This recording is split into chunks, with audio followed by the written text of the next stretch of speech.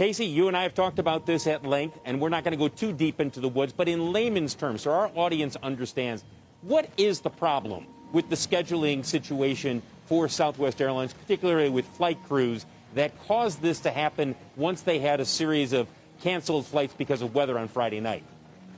Well, Southwest has an extremely complex network, and it is much different from the hub and spoke that most of our peers have.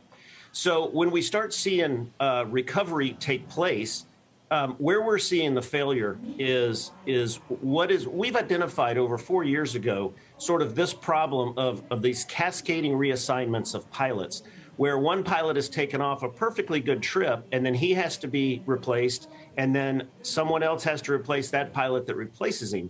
So it just is an ongoing, and we've offered many solutions as to how this can be addressed, and it needs to be addressed sooner rather than later. What solutions have you offered? Because it seems like a no-brainer if you're in management and your pilots are saying, we've got a solution here, unless the solution is to cost the company a lot of money and pay you guys more in some fashion. Why wouldn't they accept some of the solutions you've offered?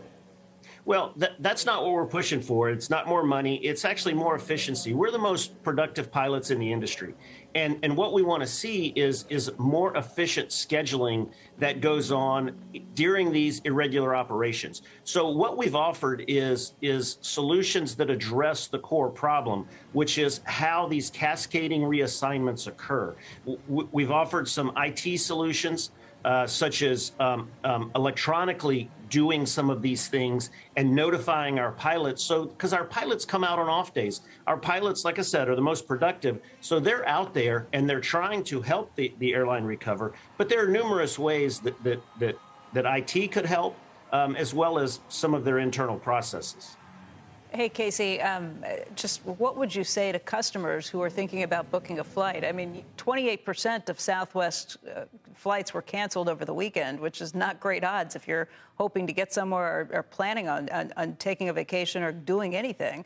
What would you suggest? Because the problem that you're describing does not sound like it's going to be an easy fix. I'm not sure that I'd feel confident doing a Southwest flight in the next week, or especially over the holidays. What would you tell people to make them think, OK, I could book that flight?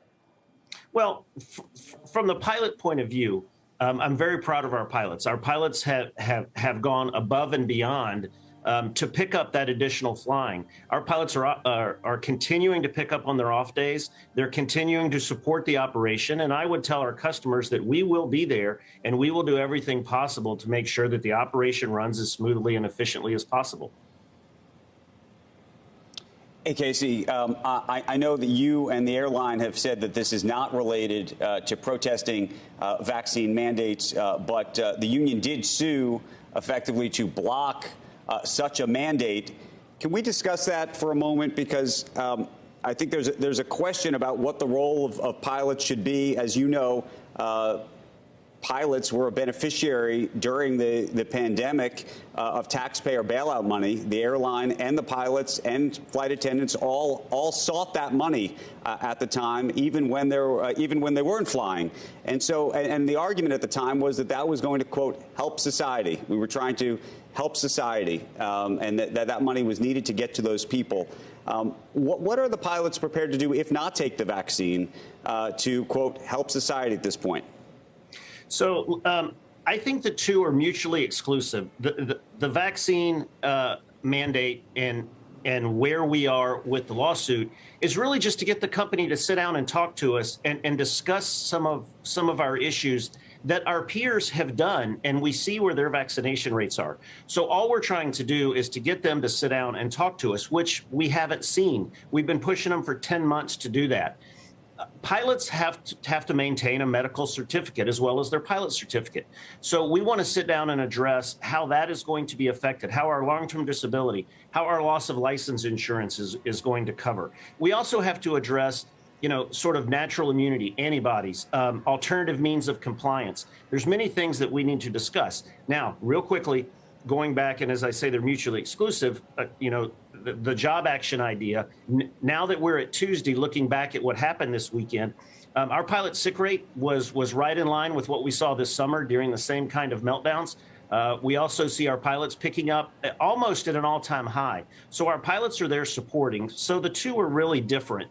We're just trying to get the company to sit down with us and discuss these issues to make our pilots feel at ease and make a decision to go out there and get vaccinated or not. We haven't. Are you encouraging your pilots to get vaccinated? Well, we are, but we have to sit down and have some agreements in place so our pilots are comfortable with their career decision and their medicals moving forward.